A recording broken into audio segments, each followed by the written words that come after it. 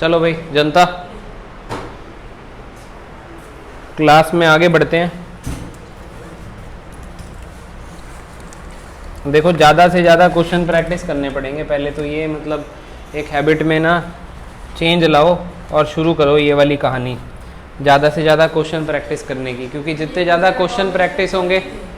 ये कौन से बेटा? नहीं, चैप्टर 1 के थे, उसमें मिक्स था ना, रिडॉक्स टाइट्रेशन मिक्स होके आ रखा था। स्ट्रक्चर ऑफ एटम के तो क्वेश्चन इजी थे, मतलब मेरे को नहीं लगा कि स्ट्रक्चर ऑफ एटम जो है वो मुश्किल है। फर्स्ट चैप्टर के थोड़े डिफ़िकल्ट डाल रखे थे इन्होंने, जो हो सकता है तुम्हारे से नहीं हुए हो। चलो मेरे पास एक ही मार्कर है आज,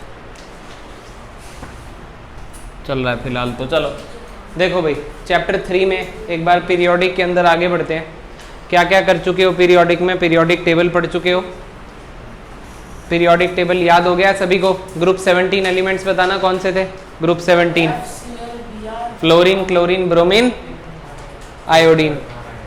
ग्रुप नंबर आप लोगों के 16 में कौन से एलिमेंट्स थे? देखो एक बार ग्रुप नंबर 16 में, उससे टेपो, oxygen, sulphur, selenium, tellurium, polonium, है ना जी।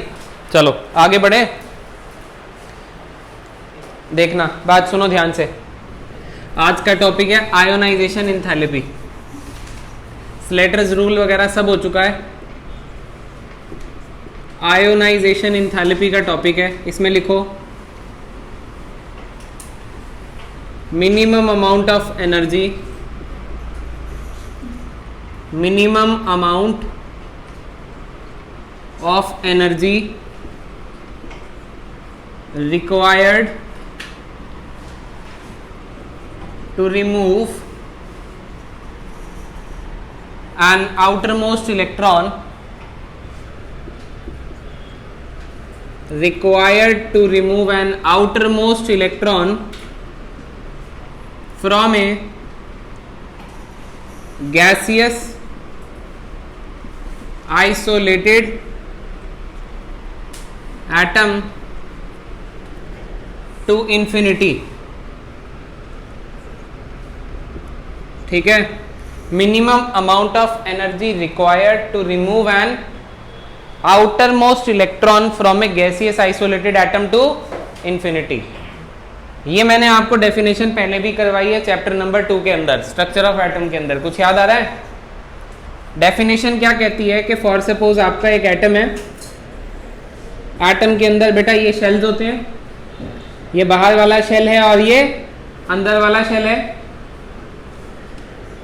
आप बताइए अंदर वाला इलेक्ट्रॉन और बाहर वाला इलेक्ट्रॉन, इलेक्ट्रॉन 1 और इलेक्ट्रॉन 2, किसको एटम से निकालना कंपैरेटिवली इजियर रहेगा?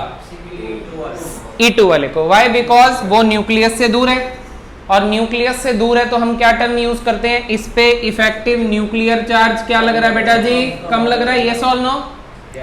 अरे E2 न्यूक्लियस से दूर है, E2 पे इफेक्टिव न्यूक्लियर चार्ज कम लग रहा है। कम लग रहा है कि नहीं लग रहा? कम लग रहा है। इसको निकालना कंपैरेटिवली क्या है? इजियर है। इलेक्ट्रॉन को निकालने के लिए हमेशा एनर्जी देनी पड़ेगी, इलेक्ट्रॉन को निकालने के लिए हमेशा एनर्जी बेटा जी देनी पड़ेगी। तो E1 और E2 में किसको ज्यादा एनर्जी देनी पड़ेगी? E1 को ज्यादा एनर्जी देनी पड़ेगी। तो डेफिनेशन क्या कहती है? आयोनाइज करवाना है, इलेक्ट्रॉन को निकालना है अभिनव। यस और नो?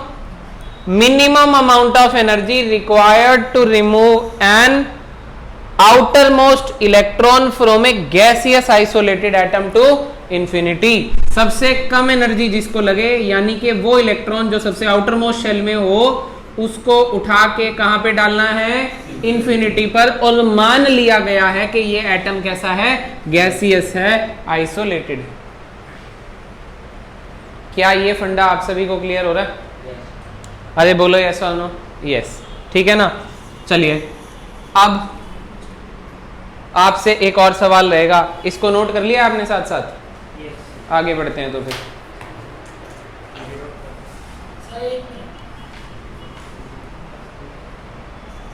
इफेक्टिव न्यूक्लियर चार्ज आपको जो कॉन्सेप्ट करवाया था, जहां पे इफेक्टिव न्यूक्लियर चार्ज ज्यादा रहेगा वहां पे आयनाइजेशन एनर्जी आपकी ज्यादा रहेगी। साइज का कॉन्सेप्ट हो चुका है इससे पहले, आयनिक रेडियाई, एटॉमिक रेडियाई का कॉन्सेप्ट हो चुका है बहुत ही बढ़िया तरीके से, ठीक है। इंथैल्पी मतलब अभी एनर्जी मान लो, और इंथैल्पी और एनर्जी में बहुत थोड़ा सा फर्क है, वो थर्मोडायनेमिक्स चैप्टर में आपको समझ में आएगा। अभी आप इंथैल्पी को एनर्जी ही मान लो, enthalpy oblique energy slash energy, ठीक है।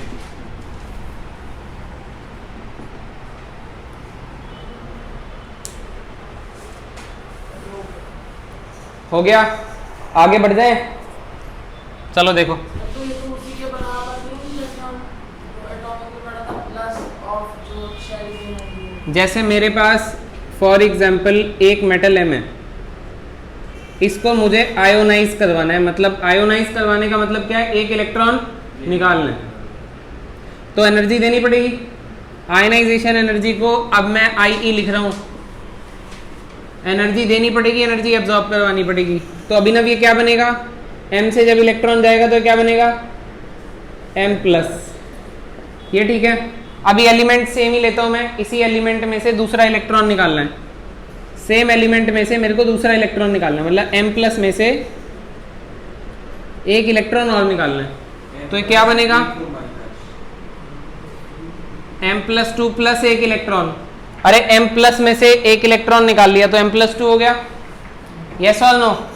और अब दूसरा इलेक्ट्रॉन निकाला है आप लोगों ने, अरे पहला तो यहां से निकाल लिया था ना, दूसरा निकाला है, इसलिए यहां पे क्या लिखिए आप लोग, IE2, ये ठीक है।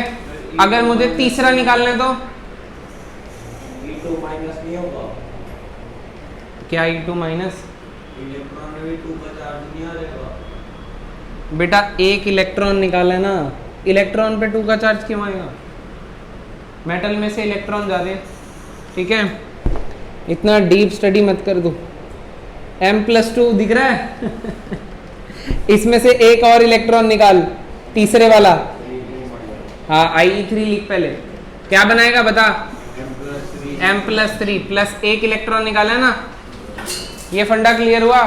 यहां से देखो 2 इलेक्ट्रॉन नहीं निकलेंगे, एक ही निकलेगा, क्योंकि m प्लस में से एक पहले से निकला हुआ था, इसलिए एक ही आया। यही डाउट था तेरा, चलो ठीक है, जो भी था XYZ।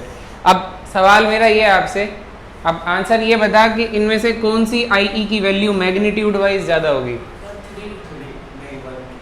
IE1, IE2 और IE3 में से ऐसी कौन सी IE है जिसकी वैल्यू मैग्नीट्यूड वाइज ज्यादा होगी,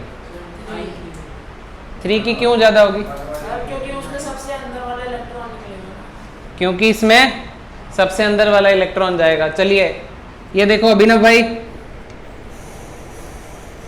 आयनिक रेडियाई की क्लास में शायद आप आए नहीं थे।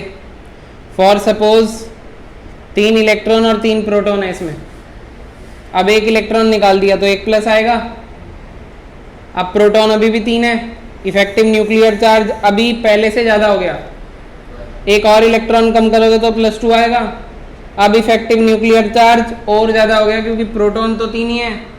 अरे बोलो खींच तो वो और बढ़िया पुलिंग हो रही है। आपको यही टॉपिक में, आयनिक रेडियाई के टॉपिक में भी यही करवाया था, जिस पे जितना ज्यादा प्लस, अगर सेम स्पीशी है उसका साइज उतना छोटा, साइज छोटा होने का कारण क्या था, इफेक्टिव न्यूक्लियर चार्ज का बढ़ना। तो इसका मतलब मैं कह सकता हूं कि IE3 की वैल्यू ज्यादा होगी किससे, as compare to IE2, as compare to IE1 बेटा जी, ठीक है। तो यहाँ पे लिख सकते हैं अपन लोग सक्सेसिव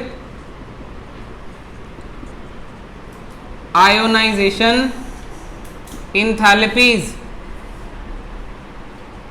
always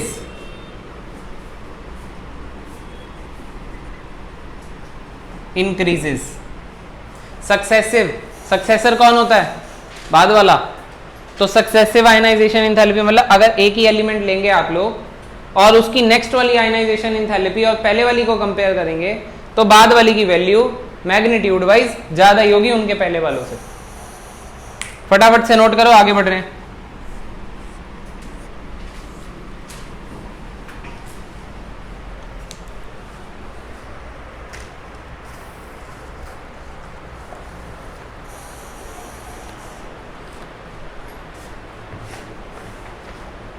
चलो अब आप लोग बताते जाना, ठीक है।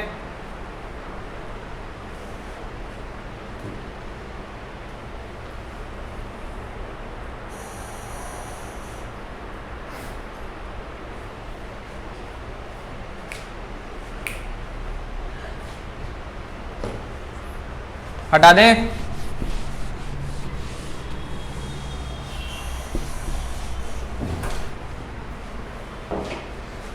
ओए उधर पहुंच जा, जल्दी कर।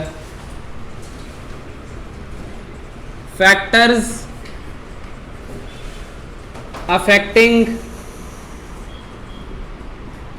आयोनाइजेशन एंथैल्पी बेटा।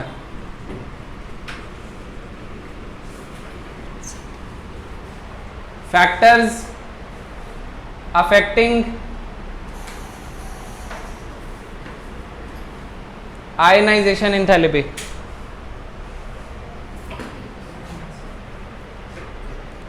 चलो ये बताओ,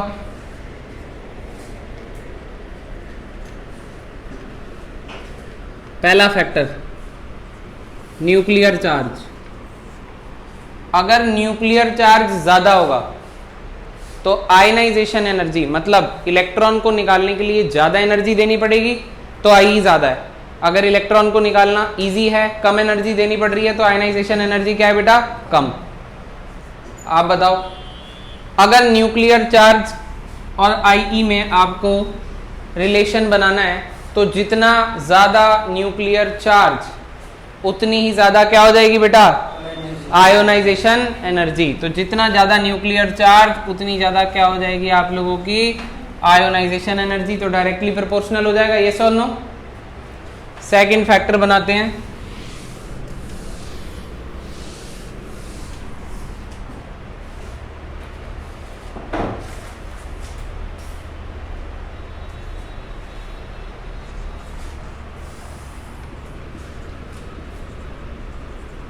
साइज ऑफ एटम।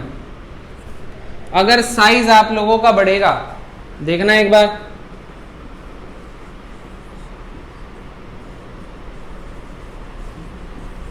अगर साइज आप लोगों का बढ़ेगा बेटा तो आयनाइजेशन एनर्जी कम होगी या ज्यादा होगी? कम होगी। कैसे? क्योंकि साइज बढ़ने से आउटर मोस्ट इलेक्ट्रॉन न्यूक्लियस से दूर हो जाएगा और उसको निकालना इजी हो जाएगा। तो आयनाइजेशन एनर्जी साइज के इनवर्सली रिलेटेड होती है। साइज अगर बढ़ा तो आयनाइजेशन एनर्जी कम। चलिए तीसरा देखिए,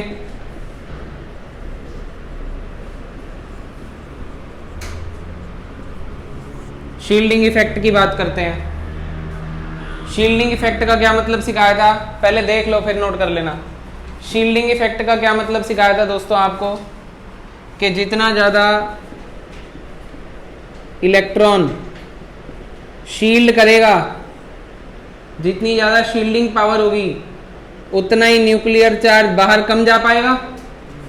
अरे शील्डिंग का मतलब होता है कि न्यूक्लियर चार्ज से प्रोटेक्शन। जितना ज़्यादा शील्ड करेगा उतना न्यूक्लियर चार्ज बाहर कम जा पाएगा, और बाहर कम जा पाएगा तो होल्ड कम करेगा और आईई कम हो जाएगी। तो जितना ज़्यादा शील्डिंग इफेक्ट उतनी कम क्या हो जाएगी बेटा जी? Ionization energy. ये बात क्लियर हो रही है ना? क्लियर हो रही है ये बात? शील्डिंग इफेक्ट कौन से ऑर्बिटल का पुअर होता है? खुशी बताएगी, बता भाई। Shielding effect D and F orbital का पुअर होता है। इस चैप्टर का टेस्ट लूंगा मैं तुम्हारा रिसेंट में ही जल्दी, मतलब तुम ये मान के चलो अगले मंडे तक, ठीक है? तो ये तुम्हें अगले मंडे तक तैयार करना है सभी को। ये वाला मैं आज ही भेजता हूँ इसका ना, सेटअप करके एकदम सही से, ठीक है?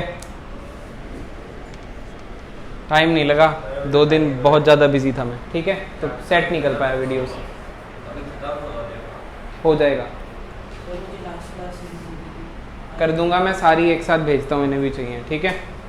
चलो देखो, न्यूक्लियर चार्ज के डायरेक्टली प्रोपोर्शनल है, साइज ऑफ एटम के इनवर्सली प्रोपोर्शनल है, शील्डिंग इफेक्ट के इनवर्सली प्रोपोर्शनल है।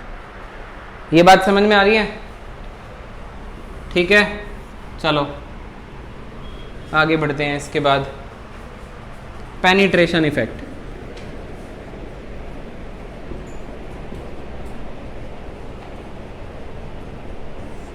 पेनिट्रेशन इफेक्ट, देखो मेरी बात सुनो। ऑर्बिटल हैं आपके पास एस, पी, डी और एफ।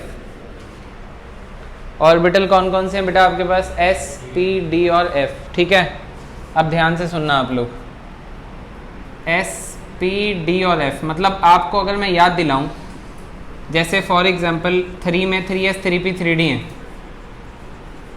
अब पेनिट्रेशन इफेक्ट की जब भी बात होगी ना, तो कभी भी आपका प्रिंसिपल क्वांटम नंबर नहीं देखा जाएगा, बाकी के देखे जाएंगे, मतलब एस, पी, डी ही देखे जाएंगे खाली। आपका 2s और 3s में कंपैरिजन नहीं होगा, ऐसा नहीं होगा 3s और 3p में होगा या फिर 2s और 2p में होगा, इस तरीके से होगा। s और p में कंपैरिजन के लिए पेनिट्रेशन इफेक्ट आएगा। पेनिट्रेशन का अर्थ क्या होता है? बिल्कुल अंदर तक, बोलो यस और नो, पेनिट्रेट करना। अब अगर कोई चीज थोड़ी सी अंदर की साइड पे पड़ी है और कोई बाहर की साइड पे पड़ी है, तो अंदर कौन पड़ा हुआ है? s, और बाहर कौन पड़ा हुआ है? d या फिर f। वो पीछे पड़े होते हैं, ये आगे पड़ा होता है। तो न्यूक्लियस के जो जितना पास है उतना वो पेनिट्रेट किया हुआ है और उतना ही उस पर न्यूक्लियर चार्ज लगेगा, यानी कि पेनिट्रेशन इफेक्ट किसका ज्यादा होगा? s ऑर्बिटल का ज्यादा होगा as compare to f orbital, क्योंकि s न्यूक्लियस के पास होता है। न्यूक्लियस के पास होने से इसकी आयनाइजेशन एंथैल्पी भी क्या होगी? ज्यादा होगी as compare to d and f orbital. तो यही पेनिट्रेशन का ऑर्डर है और यही किसका ऑर्डर है? आयनाइजेशन एंथैल्पी का ऑर्डर है कि अगर इलेक्ट्रॉन s में पड़ा है और अगर इलेक्ट्रॉन p में पड़ा है और इसमें आप कंपेयर कर रहे हो आयनाइजेशन एंथैल्पी, तो किसकी ज्यादा होगी? s की ज्यादा होगी एज कंपेयर टू p। ये फंडा क्लियर हुआ कि नहीं हुआ? बोलो। ठीक है, देन एक और कॉन्सेप्ट आएगा last, electronic configuration. Electronic configuration में आपको एक ही टॉपिक सीखना है, हाफ फील्ड। ये मैंने आपको सिखा भी रखा है, half filled and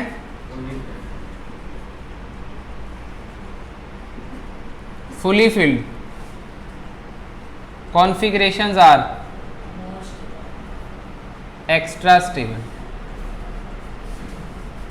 half filled and fully filled configurations are दोस्तों एक्स्ट्रा स्टेबल। ये सिखाया हुआ है ना स्ट्रक्चर ऑफ एटम के अंदर। Half filled and fully filled configurations are बेटा जी क्या? बोलो यार, extra stable due to symmetry और ड्यू टू एक्सचेंज एनर्जी। अगर आपको याद आ रही हो कहानी लास्ट चैप्टर वाली, तो ये टॉपिक काफी ज्यादा इंपॉर्टेंट रहेगा। कहने का मतलब ये है कि अगर आपके पास D3 हो और एक आपके पास D5 हो, अगर आपके पास D4 हो और D5 हो, तो D5 हाफ फील्ड होती है। D5 कैसी होती है बेटा? Half field. D में कितने ऑर्बिटल होते हैं? D में कितने ऑर्बिटल होते हैं? 5।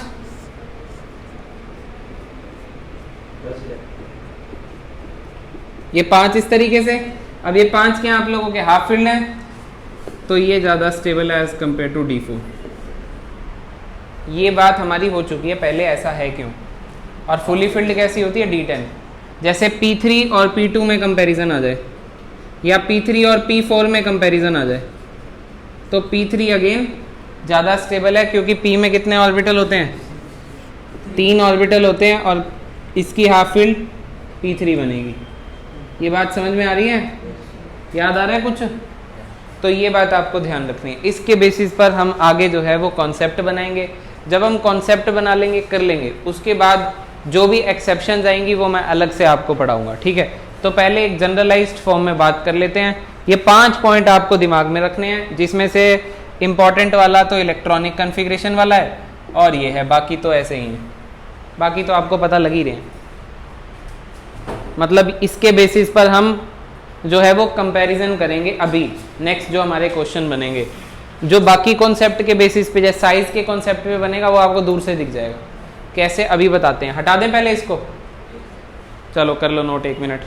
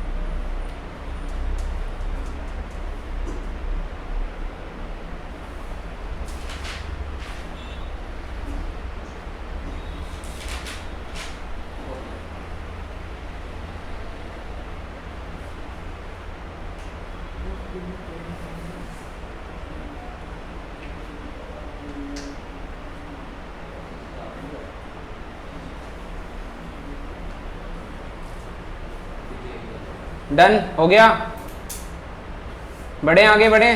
चलो देखो, अब ध्यान से सुनने वाली बात है। अब पहले आपको तो एलिमेंट्स देख के पहले आपको ये पहचान करनी है बेटा कि वो एलिमेंट्स आपके ग्रुप वाले हैं या फिर एलिमेंट्स आपके पीरियड वाले हैं, ठीक है ना। एलिमेंट्स देख के क्या पहचान करनी है बेटा आपको कि वो एलिमेंट्स ग्रुप वाले हैं या फिर वो एलिमेंट्स बेटा जी आपके पीरियड वाले हैं। रिलेशनशिप कैसा रखते हैं तो आप लोग बताइएगा।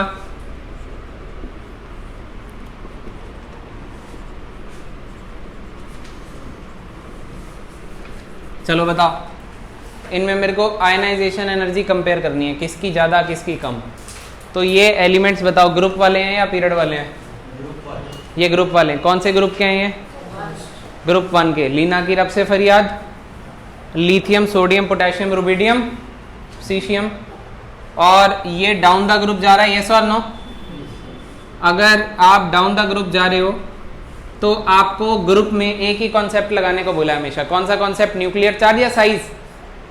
साइज का कॉन्सेप्ट लगाओगे। ग्रुप के एलिमेंट्स को कंपेयर करने के लिए किसका कॉन्सेप्ट लगाओगे? साइज का। और डाउन द ग्रुप क्या होता है बेटा जी? Size increase. साइज इंक्रीज होने से आयनाइजेशन एंथैल्पी क्या हो जाएगी? डिक्रीज हो जाएगी। तो down the group size increases, I बेटा जी डिक्रीजेस। तो आई डिक्रीजेस दिस वे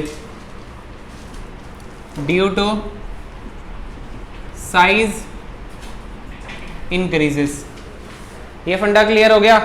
तो आपको मैं ये नहीं कह रहा कि ये फिनोमिना जो है वो 110% हर जगह लगेगा। मैं ये कह रहा हूँ 90% ऑफ द केसेस में है, या 95%, 90% मान लो जो हम क्वेश्चंस करेंगे, अगर वो डाउन द ग्रुप के एलिमेंट्स हैं वहाँ पे यही कॉन्सेप्ट लगेगा कि साइज आपका बढ़ रहा है और आयनाइजेशन एंथैल्पी आप लोग की क्या हो जाएगी?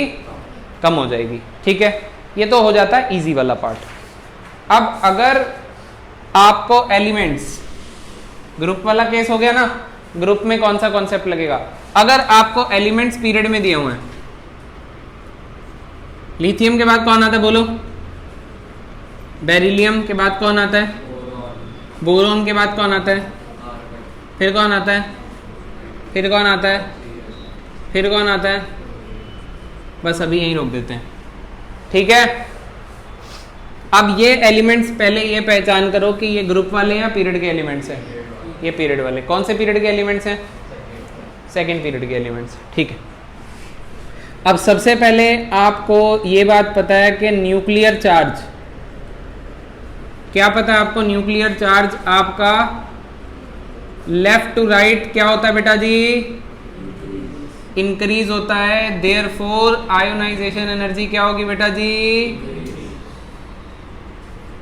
इंक्रीज करेगी। यस और नो पहले बता दो यार।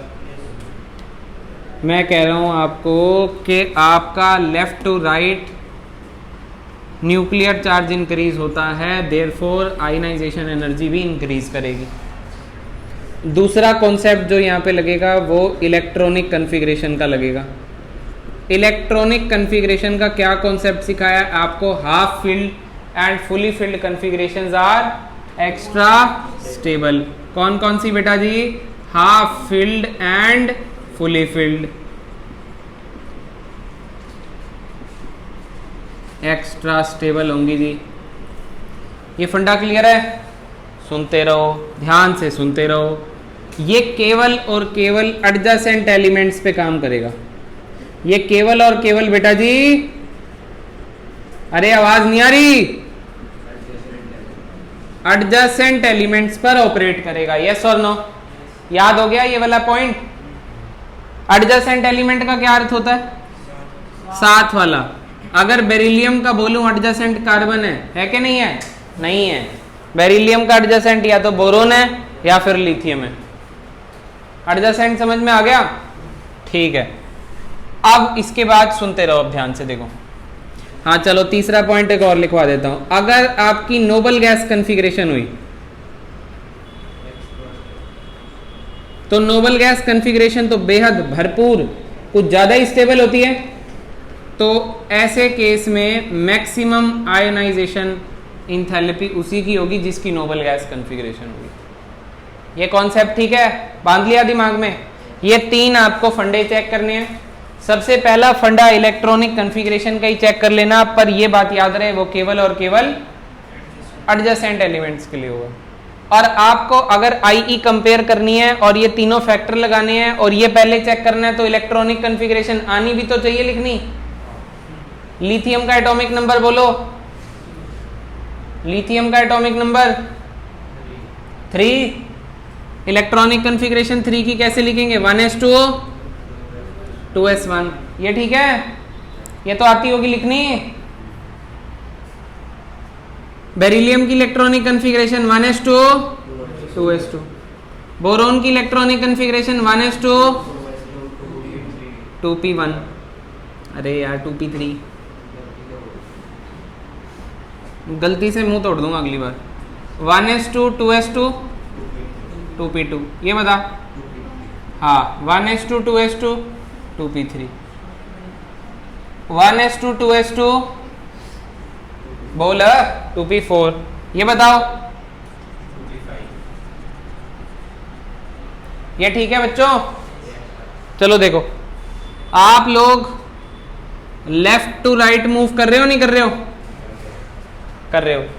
लेफ्ट टू क्या मूव कर रहे हो? राइट। अगर आप लेफ्ट टू राइट जा रहे हो तो कोई इलेक्ट्रॉनिक कॉन्फ़िगरेशन का कॉन्सेप्ट है? कुछ नहीं है, कोई है ही नहीं। क्या कॉन्सेप्ट है? 2s1 है 2s2 है। एस में कोई हाफ फील्ड कोई फुली फील्ड का लोचा नहीं होता है, 2 ही तो बनने हैं। अरे बोलो, अगर है भी तो ये पूरा पैक है, 2s2 भरा हुआ है, फिर लो। ठीक है ना? तो कॉन्फ़िगरेशन ज़्यादा बढ़िया इसकी है अगर तुम्हें कॉन्फ़िगरेशन देखनी है तो। वरना कॉन्फ़िगरेशन से अगर कुछ खास हाफ फील्ड फुली फील्ड नहीं मिल रहा है तो फिर आप कौन सा कॉन्सेप्ट लगाओगे? Nuclear charge. और लेफ्ट से राइट वाले का न्यूक्लियर चार्ज तो क्या होगा? ज़्यादा। इसका मतलब आयनाइजेशन इंथैल्पी किसकी ज़्यादा होगी? बेरिलियम की ज़्यादा होगी। तो बेरिलियम आ गया आगे, ऐसा करो, लिथियम आ गया पीछे। आगे वाले को बाद में चेक करते हैं, अभी नोट मत करना, बाद में मैं तो ऐसे हटा दूंगा, आप नहीं हटा पाओगे। देखो, बेरिलियम और बोरोन को कंपेयर करो। अब ये याद रखना है, ये बेटा जी याद रखना है। बेरिलियम और बोरोन की IE चेक करी, पता लगा 2s2 है, पता लगा 2p1 है लास्ट।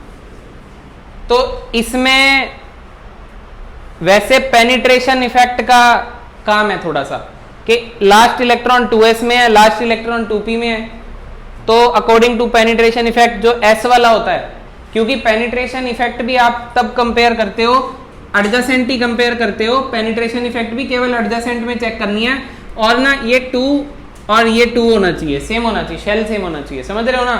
क्योंकि 2s और 2p को कंपेयर कर सकते हो।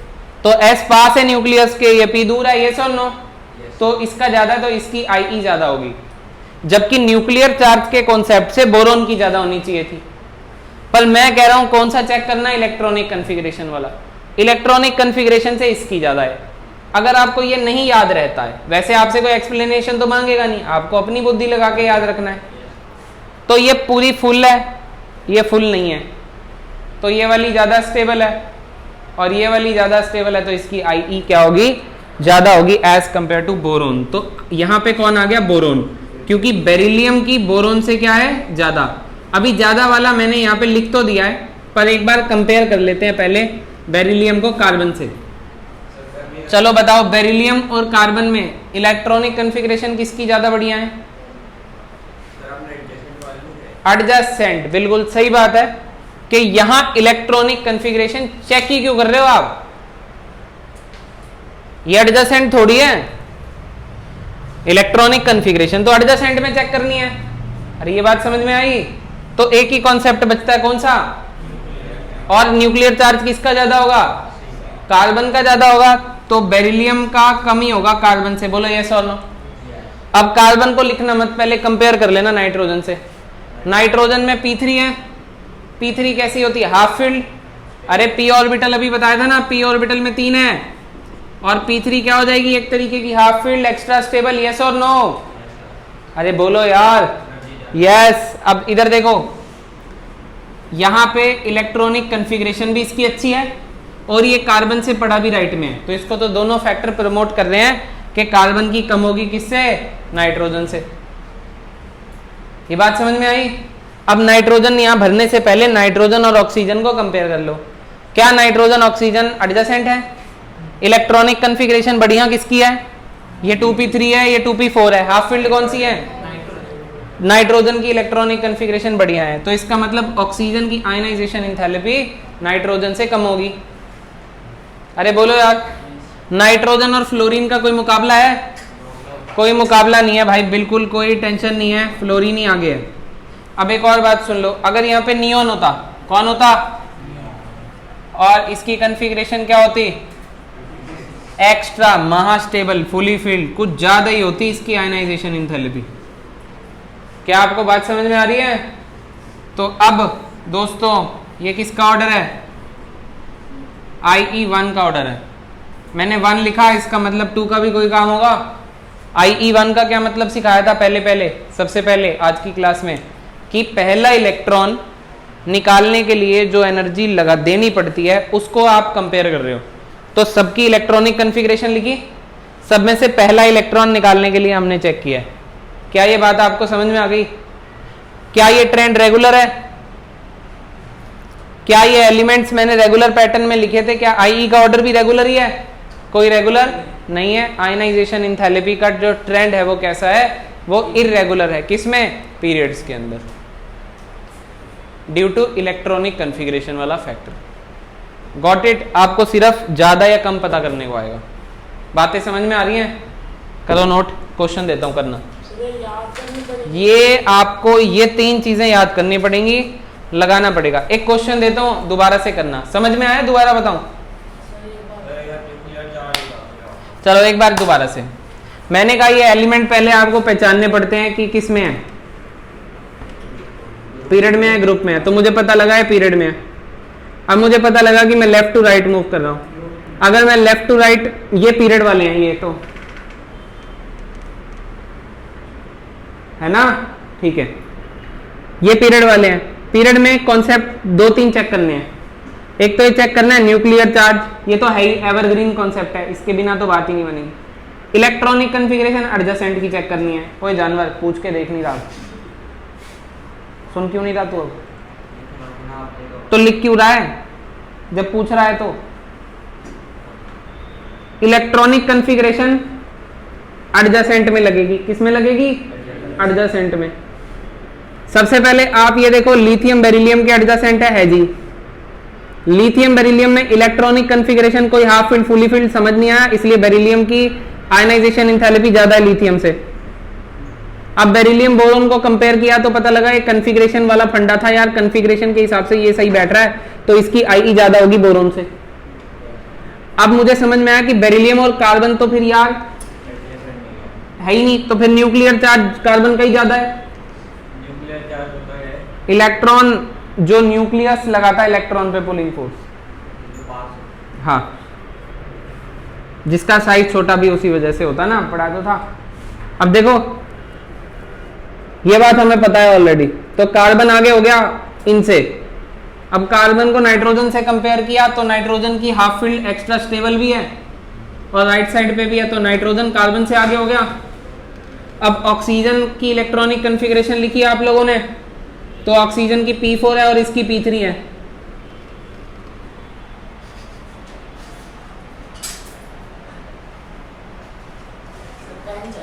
कोई बात नहीं, पर मैं अब नहीं बताऊंगा इसके बाद दोबारा। P3 हाफ फील्ड है और ये P4 है, तो हाफ फील्ड वाली एक्स्ट्रा स्टेबल होती है तो ऑक्सीजन से आगे आ जाएगी, ठीक है ना, इलेक्ट्रॉनिक कन्फिग्रेशन के फैक्टर से। और नाइट्रोजन और फ्लोरीन को कंपेयर हम नहीं करेंगे इलेक्ट्रॉनिक कन्फिग्रेशन से, एडजेसेंट नहीं है। न्यूक्लियर चार्ज फिर इसी का ज्यादा है, राइट साइड पे है वो। और नियॉन की फुली फील्ड कुछ ज्यादा ही स्टेबल है, तो उसकी तो noble gas configuration, noble gas configuration जहां आपको मिल गई बस उसकी उसको सबसे आगे लगा देना, तो डाउन द ग्रुप देख लियो, उसकी कम हो जाएगी, कंपेयर ही करोगे तो आपस में। ठीक है, डाउन द ग्रुप में भी यही करते कम डाउन द ग्रुप वाला फंडा तो बताया, साइज से देखना है, और लेफ्ट टू राइट वाला इससे कॉन्सेप्ट से देखना है, हैं। ठीक है ना। आपने वो भी तो बताया था दो के साइज सेम भी तो होते हैं फिर ये कब बता दिया भाई, उसके वाले कौन से दो का? डी ब्लॉक और उसके ऊपर वाले। वो डी ब्लॉक की बात अलग है। डी ब्लॉक एलिमेंट्स में आयनाइजेशन इंथैल्पी का ऑर्डर अभी दिखा देता हूं, बता देंगे, इसके बाद कर लेंगे डिस्कस, ज़्यादा है नहीं उसमें कुछ डिस्कस करने को। उसमें डी ब्लॉक की पहली सीरीज और दूसरी सीरीज में आयनाइजेशन इंथैल्पी में ज़्यादा फर्क नहीं है, इसलिए क्वेश्चन भी नहीं आएगा आपको वहां से।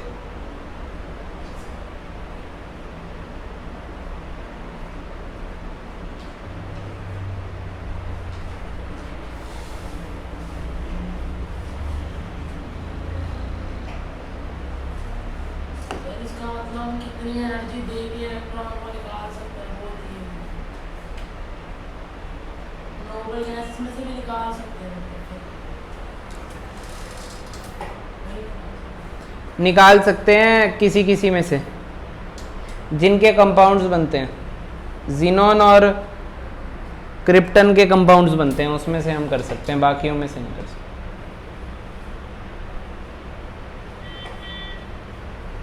लेकिन वो पहले चीज टेबल हम शुरू करते हैं।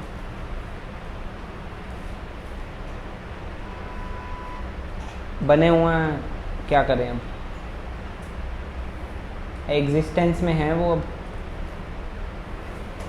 इनऑर्गेनिक केमिस्ट्री में बहुत सारी चीज़ें इनऑर्गेनिक मतलब एग्जिस्टेंस में हैं, तो हम ये देख रहे हैं कि ये कैसे हैं, बस वो लॉजिक ढूंढने की कोशिश कर रहे हैं, और इसी कोशिश में जान चली जाएगी, ठीक है। याद कर लेते हैं इसलिए। नोट होते ही बताना, फिर मैं आपसे क्वेश्चन पूछता हूँ। चलो, हो गया, लिखना पूरा। चलिए तीन थोड़ा लेफ्ट टू राइट के आगे जाएगा न्यूक्लियर चार्ज में। Left to right nuclear charge increases.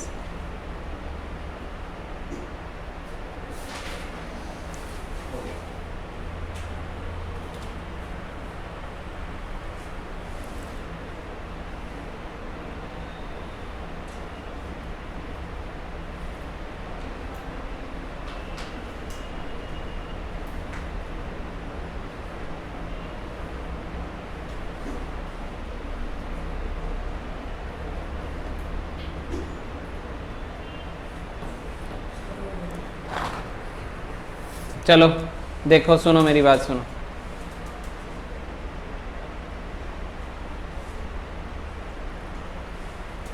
आपको ये बताना है अब मुझे,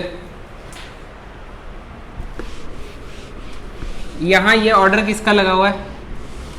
ये जो नीचे ऑर्डर हमने लगाई है IE1 का लगाया है, ठीक है। मैंने आपको सेम एलिमेंट्स दे दिए, आपको इंक्रीजिंग ऑर्डर लगाना है IE2 का। इंक्रीजिंग ही है, ये उल्टा होगा, increasing order of IE2। IE2 का मतलब अब देख लो, आपने क्या लिखा था पीछे, सेकेंड इलेक्ट्रॉन। इसका मतलब आपको एक इलेक्ट्रॉन पहले से निकला हुआ मानना पड़ेगा। मतलब जो आपने इलेक्ट्रॉनिक कन्फिग्रेशन मैंने आपको दे रखी है ना ऊपर, उसमें से पहले तो एक एक इलेक्ट्रॉन कम कर दो, क्योंकि कम कर दोगे अब दूसरे वाले के लिए चेक करोगे, अब दूसरे वाले के लिए यही सेम कॉन्सेप्ट लगा लेना। समझे कि नहीं समझे? अरे मैंने आपको क्या दिया है, किसका ऑर्डर लगाना है? IE2 का। IE2 का मतलब क्या है कि पहला तो इलेक्ट्रॉन निकल चुका है, तो आपको कुछ नहीं करना, जो भी आपको एलिमेंट्स दिए हुए हैं आप पहले पहचान लेना कि ये ग्रुप के हैं, पीरियड के हैं। ऐसा क्वेश्चन अक्सर पीरियड के एलिमेंट्स के लिए ही आएगा। ये पीरियड के एलिमेंट्स हैं, इसमें 2-3 कॉन्सेप्ट लगते हैं। अब पहले क्या करना, इलेक्ट्रॉनिक कन्फिग्रेशन लिखना, पर इलेक्ट्रॉनिक कन्फिग्रेशन नॉर्मल एलिमेंट की नहीं लिखनी, एक कम कर देना। एक कम कर दोगे तो Li+ बन जाएगा, Li+ की कन्फिग्रेशन 2s0 हो जाएगी। अरे बोलो, ये गायब हो जाएगा। इसमें से एक कम कर दो तो 2s1, इसमें से एक कम कर दो तो 2p0, इसमें से एक कम कर दो तो 2p1, एक कम कर दो तो 2p2, एक कम कर दो तो 2p3 और एक कम कर दो तो 2p4, इसको हटा दो अभी। समझे कि नहीं समझे? अब इसमें से जो सबसे पीछे इलेक्ट्रॉन है उसकी IE को कंपेयर करो इन्हीं सारे रूल्स के हिसाब से जो आपको सिखाया है, तब जाके वो किसका ऑर्डर होगा? IE2 का। फॉर सपोज आपको क्वेश्चन आ जाता IE3 का ऑर्डर अरेंज करो, तो आप नॉर्मल एलिमेंट की कॉन्फ़िगरेशन में से दो पहले कम कर देते। अब तीसरे वाला देखते कि कितना आपका आयनाइजेशन एनर्जी लगेगी उसको निकालने में। समझ गए ना? करके देखो, यही कॉन्सेप्ट जो सिखाए आपको। इलेक्ट्रॉनिक कॉन्फ़िगरेशन तो मैंने लिख दी आपको।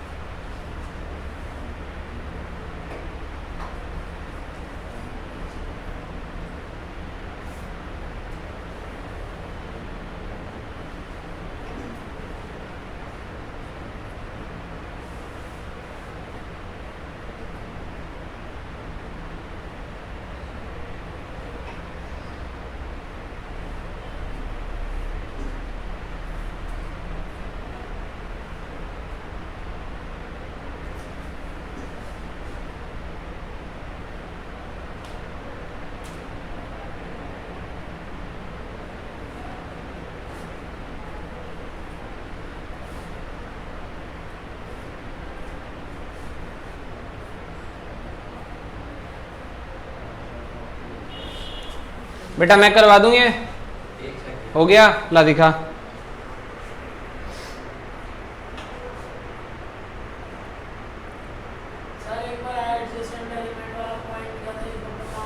एडजेसेंट एलिमेंट हो तो इलेक्ट्रॉनिक कॉन्फ़िगरेशन देखो, हाफ फील्ड है कि फुली फील्ड है। ये थोड़ा सा बेटा वैसे ठीक है तेरा, पर इसमें ये गलती हो गई। बता देता हूँ क्या गलती हो गई। दिखाओ जी। जैसे लिथियम और बेरिलियम में, लिथियम में 1s2 और बेरिलियम में 2s1। यस। ये दोनों ही हाफ फील्ड और फुली फील्ड है। कैसे यार? ये एस में नहीं देखना ना, half field fully field S वाले में नहीं देखना, बताया तो था। पी में देखो, डी में देखो, ऐसा। ठीक है, ये गलत है भाई थोड़ा सा।